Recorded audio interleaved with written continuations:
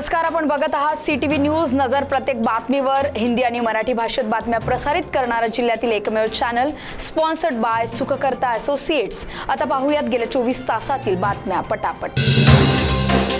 आमदार किशोर जोरगेवार यांच्या पुढाकाराने सुरू असलेल्या देवाभाऊ जनकल्याण सेवा सप्ताह अंतर्गत आयोजित विविध सामाजिक उपक्रमांसाठी राज्याचे मुख्यमंत्री देवेंद्र फडणवीस यांच्या पत्नी सौ अमृता फडणवीस आज म्हणजे सोमवारी चंद्रपूर दौऱ्यावर येत असून त्या विविध उपक्रमांमध्ये सहभागी होणार आहेत. बल्लारपूर आलापल्ली राज्य महामार्गावर गोंडपिंपरी तालुक्यातील आक्सापूर गावाजवळ एका बिबट्याचा अज्ञात वाहनाच्या धडकेत मृत्यू झाल्याची खळबळजनक घटना रविवारी 27 जुलै रोजी सकाळी 8 वाजताच्या सुमारास घडली. 28 जुलै 2025 रोजी सकाळी 10 वाजतापासून इरई धरणाचे 3 दरवाजे 0.25 मीटरने उघडल्या जाणार आहेत. त्यामुळे नदीपात्रात पाण्याची पातळी वाढणार असल्यामुळे सर्व नदीजवळील नागरिकांनी याची नोंद घ्यावी आणि कोणी नदीपात्रालगत जाऊ नये असे आवाहन चंद्रपूर जिल्हा प्रशासनाने केले आहे. आमदार किशोर जोरगेवार यांच्या पुढाकारातून देवाभाऊ जनकल्याण सेवा सप्ताहाच्या निमित्ताने शकुंतला लॉन येथे भव्य महाआरोग्य शिबिराचे आयोजन करण्यात आले.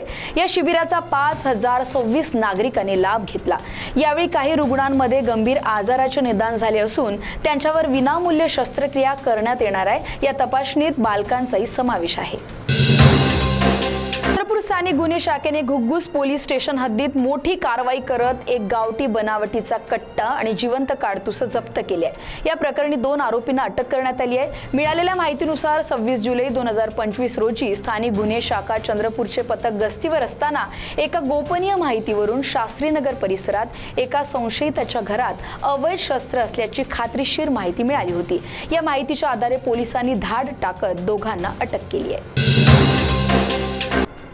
धानोरा शहरात रानटी हत्तीच्या अचानक प्रवेशामुळे नागरिकांमध्ये भीतीचे वातावरण निर्माण झाले आहे.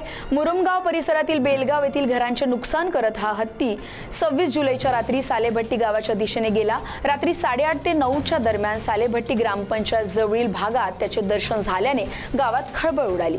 यानंतर हत्तीने आपला मोर्चा थेट धानोराकडे वळवला.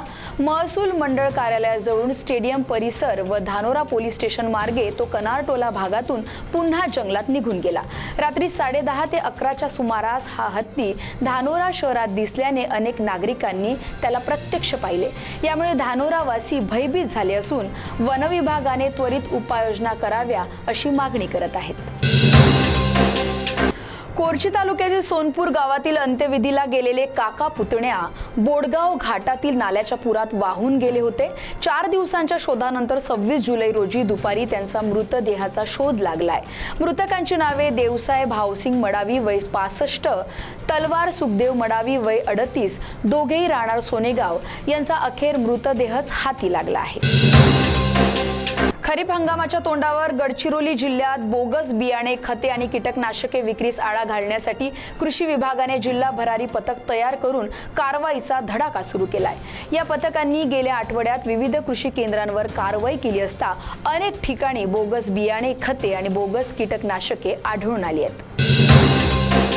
तर या होत्या आजच्या बातम्या पटापट. लवकरच भेटूया पुन्हा काही नव्या बातम्यांसह. तोपर्यंत अशाच बातम्यांचे अपडेट पाहण्यासाठी बघत राहा सीटीव्ही न्यूज नजर प्रत्येक बातमीवर. नमस्कार.